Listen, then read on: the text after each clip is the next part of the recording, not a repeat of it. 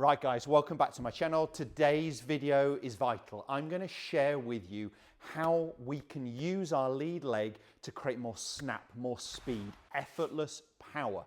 There's two movements we need, and I've got for you an amazing drill to really help.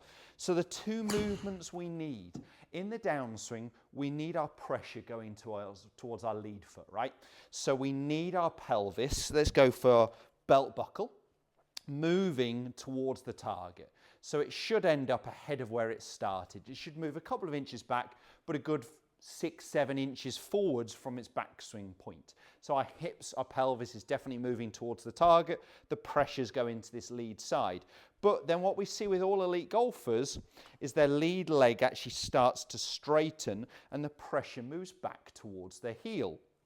Now, they get this movement by this lead hip moving behind them.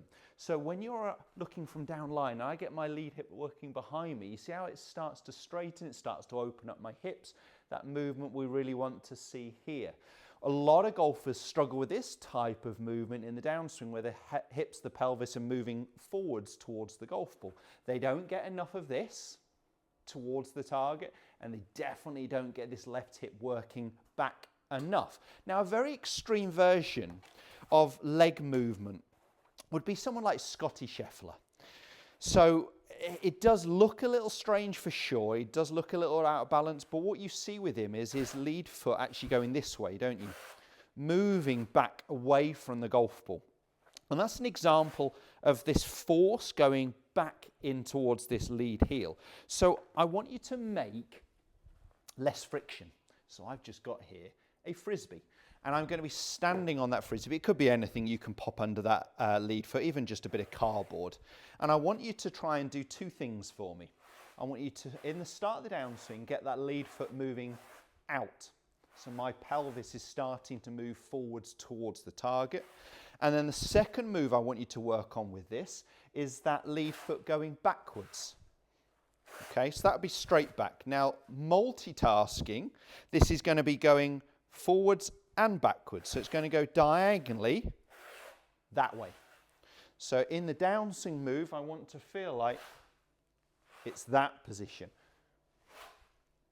Okay, now it's really starting to open up these hips. So as I get that move here, it really opens up my hips. That allows my hand path to exit a little bit more inward. I definitely need this movement more in my own golf swing, because I talked about this generating speed and power, but actually if we can get our hands to work a little bit more inward on this arc that we'd really like to see, it's going to help us control that club face, be more consistent with our shot direction as well. So it's a win-win, better distance, better direction, everything we want. So simply just working on the roll of that lead foot movement, and get the same feel when we haven't got the frisbee there, that the pressure is moving forwards and back. So in that diagonal movement this way to really help me open up my body. Now I'm going to go ahead and hit one standing on the frisbee and see if I can move it.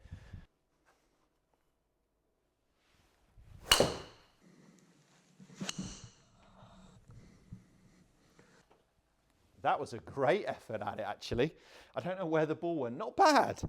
Not bad. It was gone a little left, but not bad at all. Definitely ended up with that lead foot going forwards and backwards, and actually starting to spin as well. Starting to open up. Absolutely it should. So as my foot starts to rotate, it again allows my body to turn better. Good golfers tend to dominate with their body. I'm not saying the hands aren't involved, but definitely the big engine of the golf swing would be what their body is starting to do. Okay. Sensation, it's that feel versus real. I'm just going to get that sense of my hips going towards the target, that pressure going back in towards my lead heel. Now this is very much the same movement, iron to driver. The only real difference would be with an iron, we want the hips going forwards, the upper body going forwards, so everything is more over the golf ball. With the driver, because we're ideally hitting a little bit more on the way up, helps that we've moved the ball forwards, but our pelvis goes forwards, my upper body, my sternum will be slightly behind the golf ball. So the only difference is iron more over the balls, so actually sternum and pelvis almost in a line, whereas you may see a bit more of a tilt with a driver, but the roll of the lower body, very much the same. So this is true whatever the club. Let's just get that feel of what the lead leg is doing. Yes, I'll take that one, and definitely got that sensation of what my lead leg and lead hip was doing into impact. So get something underneath that lead foot, work on those two movements. First of all, going forwards towards the target, the pressure into that lead side. Then get the sensation of the foot moving backwards, so the lead hip is opening up, and then put them together so we're getting that diagonal movement of the lead foot. Do it in practice, do it at home, do it on the range, and then try and take that feel to the golf course, and it's really going to help you create some more snap. If that video has helped, make sure you smash the like button, and don't forget to subscribe to my channel for more content just like this.